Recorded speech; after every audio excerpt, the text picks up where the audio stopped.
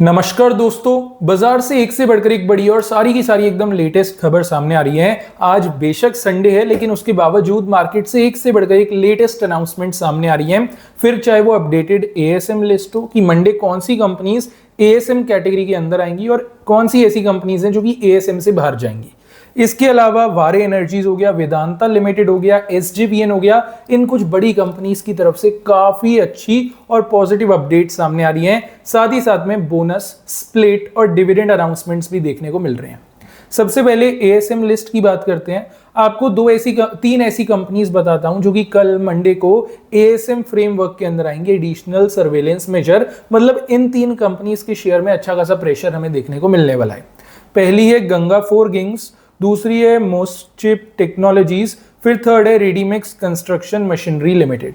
ये तीन ऐसी कंपनीज है जिनको कल के ट्रेडिंग सेशन में एएसएम लिस्ट में डाला जाएगा, शॉर्ट टर्म एएसएम के अंदर डाला जाएगा। और इन तीन शेयर्स के अंदर कहीं ना कहीं हमें सेलिंग की तरफ से प्रेशर देखने को यहाँ पे मिलने वाला है।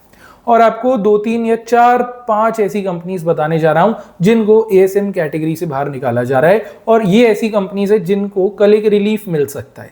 यहाँ पे पहले नाम आता है अफोर्डेबल रोबोटिक एंड ऑटोमेशन, दूसरा है एस्टन पेपर, थर्ड है कॉफी डे एंटरप्राइजेस, फोर्थ है न्यू जैसा टेक्नोलॉजीज, फिफ्थ है श्री रामा मल्टीटेक लिमिटेड। ये 5 ऐसी कंपनीज हैं जिनको कल short term additional surveillance measure से बाहर निकाला जाएगा। मतलब ये 5 कंपनीज के शेयर्स को एक रिलीफ मिलेगा और कहीं ना कहीं यहाँ पे एक पॉजिटिव ट्रेडिंग भी होती देखने को मिल सकती है। तो ये कुछ ऐसी कंपनीज है जिन पे कल नजर रखना, इनको एएसएम से इन एंड आउट करा जाएगा एंड बाजार का इन पे जरूर फोकस रहेगा। अगली बड़ी खबर आ रही है वेदांता ग्रुप की तरफ से। देखिए वेदांता जो है यहाँ पे काफी बड़ी बिड जीत चुका है। ये जो बिड है इन्होंने लगाई थी जयप्रकाश एसोसिएट्स को एक्यूमुलेट करने के लिए। बेसिकली जेएएल यानी कि जयप्रकाश एसोसिएट्स, ये काफी बड़ी कंपनी है, काफी अच्छी कंपनी है। एंड हुआ क्या था, ये कंपनी ट्रबल में चली गई थी, इनके पास फंड्स नहीं थे अपने क्रेडिटर्स को वापस पे करने के लिए, लोन्स का रीपेमेंट ही कर नहीं पा रहे थे और इसी वजह से सॉल्वेंसी के अंदर, बैंकरप्सी के अंदर ये कंपनी जारी थी। इसी बीच जो क्रेडिटर्स हैं जिन्होंने जयप्रकाश एसोसिएट्स को लोन देके रखा था, इन क्रेडिटर्स ने क्या किया, कंपनी को ही सेल करने का फैसला बनाया और बिडिंग ओपन करी।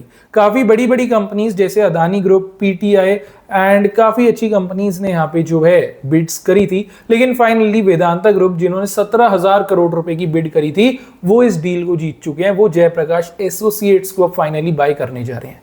देखिए अगर मैं जयप्रकाश एसोसिएट्स के बारे में थोड़ा सा आपको डिटेल में बताऊं, करंटली जेएएल की जो वैल्यूएशन निकलती है वो 12,505 करोड़ रुपए की है। लेकिन यहाँ पे वेदांता लिमिटेड ने 17,000 करोड़ की बिड करी, जिसकी वजह से अब जेएएल इन्हें मिल जाएगा।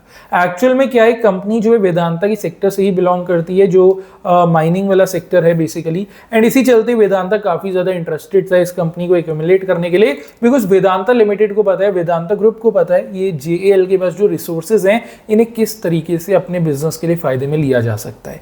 इसलिए 17,000 करोड़ की बिड करी गई और कहीं ना कहीं आने वाले टाइम में हम देखेंगे कि वेदांता के लिए एक्चुअल में काफी ज्यादा फायदे का सौदा होने वाला है। यहाँ पे थोड़ा सा अगर मैं आपको बताऊं तो कंपनी जो है ऑलरेडी सीओसी यानी कि कमेटी ऑफ क्रेडिटर्स की तरफ से रिजेक्ट हो चुकी थी। मतलब इन्होंने कह दिया था कि इसको अब सेल ही करना पड़ेगा। इसलिए 5 सितंबर को ये बिड के सब डेटा सामने आया और 6 तारीख को कल के दिन फाइनली कंफर्म हो गया कि वेदांता ये बिड जीत चुका है। तो वेदांता के शेयर पे थोड़ा सा फोकस हमें बना के चलना चाहिए। अगली खबर आ रही है वीए टेक वैबैक की तरफ से। बेसिकली ये कंपनी जो है सेमीकंडक्टर्स, सोलर और ग्रीन हाइड्रोजन के कैटेगरी के सेगमेंट के अंदर काफी ज्यादा घुसती जा रही है और कहीं ना कहीं इनकी जो नेक्स्ट ग्रोथ फेज है वो सेमीकंडक्टर, सोलर और ग्रीन हाइड्रोजन को लेके ही बनेगी। इस कंपनी के शेयर पे जरूर से आप नजर रखना, शॉर्ट टर्म में शेयर ऊपर नीचे हो या ना हो, लॉन्ग रन में जरूर यहां से कुछ ना कुछ फायदा आपको मिल सकता है। वीए टेक का जो शेयर है कहीं ना कहीं काफी ज्यादा फोकस में रहेगा बाजार की भी, बिकॉज कंपनी ऐसे सेक्टर्स को अब टारगेट कर रही है जो कि बाजार में काफी ज्यादा एक्साइटिंग है और काफी ज्यादा डिमांड में है। सेमीकंडक्टर सेक्टर हो गया, जैसे सेमीकंडक्टर मैन्युफैक्चरिंग की तरफ कंपनी फोकस डाल रही है। अब इंडिया के अंदर में ही कंपनी अगर एक्टिवली सेमीकंडक्टर मैन्युफैक्चरिंग में एंगेज करेगी तो आप सोच सकते हैं इंडिया के लिए और स्पेसिफिक इस कंपनी के लिए कितनी फायदे की बात है ये। इसके अलावा कंपनी सोलर सेक्टर के अंदर पूरी तरह जा रही है, चाहे वो सोलर पैनल्स हो गए या फिर ईवी रिलेटेड चीजें हो गई। इसके अलावा company even green hydrogen sector को भी नहीं छोड़ रही है, ग्रीन हाइड्रोजन प्रोजेक्ट्स भी कंपनी आने वाले टाइम में ला रही है, जिससे वाटर ट्रीटमेंट सॉल्यूशंस को एडवांस करा जाएगा। इसके अलावा आप खुद देख सकते हैं कंपनी ने पहले भी अपने इन्वेस्टर्स को बिल्कुल निराश नहीं कराए, और इस बार भी ये सब देखते हुए लग तो यही रहा है VA टेक का जो शेयर है काफी अच्छा मार्केट में परफॉर्म कर सकता है। न्यूज काफी अच्छी है, लॉन्ग टर्म ग्रोथ यहाँ पे काफी अच्छे से एक्सपेक्ट करी जा रही है। और इवन यहाँ पे अगर मैं कंपनी की ऑर्डर बुक की बात करूं, 16,000 करोड़ के आसपास करंटली कंपनी की ऑर्डर बुक है, जिसके अंदर एडिशनली 3,500 करोड़ का प्रेफर्ड बिडर यहाँ पे आया था। कहीं ना कहीं अगर आप देखेंगे ये 3,500 करोड़ की बिड अगर कंपनी जीत जाती है तो टोटल ऑर्डर बुक 19,500 करोड़ पे आ जाएगी। प्लस ये जो 3 बड़े सेक्टर्स को कंपनी टारगेट कर रही है, सोलर, सेमीकंडक्टर और ग्रीन हाइड्रोजन, इनके भी अलग अलग ऑर्डर्स कंपनी को मिलेंगे। So we can expect a robust growth in the company's order book. तो VA टेक वैबैक के शेयर पे थोड़ी नजर हम बना करके चलेंगे। ठीक है, अगली खबर आ रही है कुछ बोनस और डिविडेंड अनाउंसमेंट्स को लेके। सबसे पहले पतंजलि फूड्स का शेयर थोड़ा सा फोकस में रहेगा आने वाले हफ्ते में, बिकॉज 11 सितंबर को कंपनी की जो एक्स डेट है बोनस को लेके 2:1 का बोनस कंपनी ने अनाउंस करा है, जिसका मतलब साफ है पतंजलि फूड्स का अगर एक शेयर आपके पास में है, 2 शेयर्स आपको बोनस के तौर पे मिलेंगे, एक शेयर कन्वर्ट हो जाएगा 3 शेयर में, हर एक शेयर बेसिकली। 11 सितंबर की तो एक्स डेट है, मतलब 10 तारीख है, उससे पहले पहले पतंजलि के शेयर्स अगर आपके पास में होए तभी आपको बोनस का बेनिफिट यहाँ पे आपको मिलेगा। इसके अलावा स्टार लाइन एंटरप्राइजेस पे भी थोड़ा सा बाजार फोकस रखेगा, बिकॉज कंपनी जो है राइट इश्यूज अनाउंस करने वाली है 9 सितंबर को।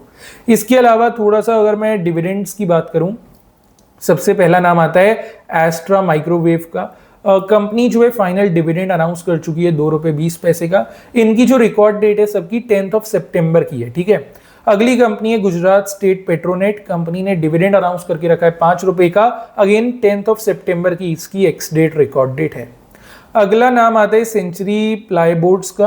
इन्होंने फाइनल डिविडेंड अनाउंस करके रखा है ₹1 का। उसके बाद है डेटामैटिक्स ग्लोबल सर्विसेज, इन्होंने फाइनल डिविडेंड अनाउंस करके रखा है ₹5 का।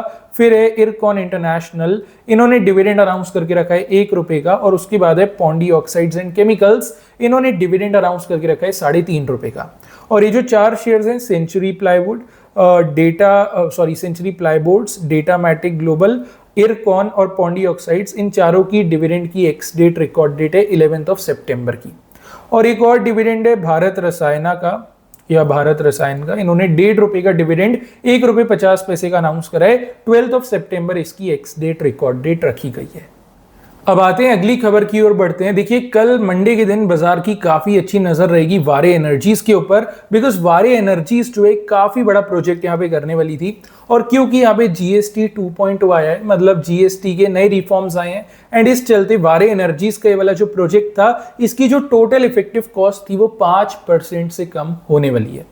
और 5% हो सकता है आपको सुनने में कम लग रहा हो, लेकिन जब हजारों करोड़ों की बात हो रही है तो 5% डेफिनेटली एक काफी बड़ा डिफरेंस लाता है, जो कि सीधा सीधा वारे एनर्जीज के जेब में जाएगा, नहीं तो एंड कंज्यूमर को बेनिफिट मिल जाएगा।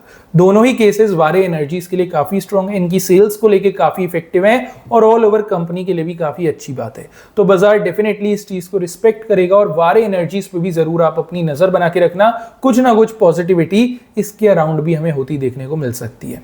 ठीक है, अब अगली खबर की ओर बढ़ते हैं। ये खबर आ रही है SJVN की तरफ से। देखिए SJVN की एक सब्सिडरी कंपनी है SJVN ग्रीन एनर्जी लिमिटेड करके। ये बेसिकली ग्रीन एनर्जी वाले सेक्टर के अंदर में काम करती है और इस कंपनी ने जो है एक EPC टेंडर इशू करा है। बेसिकली ये कंपनी जो है 733 मेगावाट की कैपेसिटी वाले 61 सोलर पावर सिस्टम्स को डिप्लॉय करना चाहती है महाराष्ट्र में।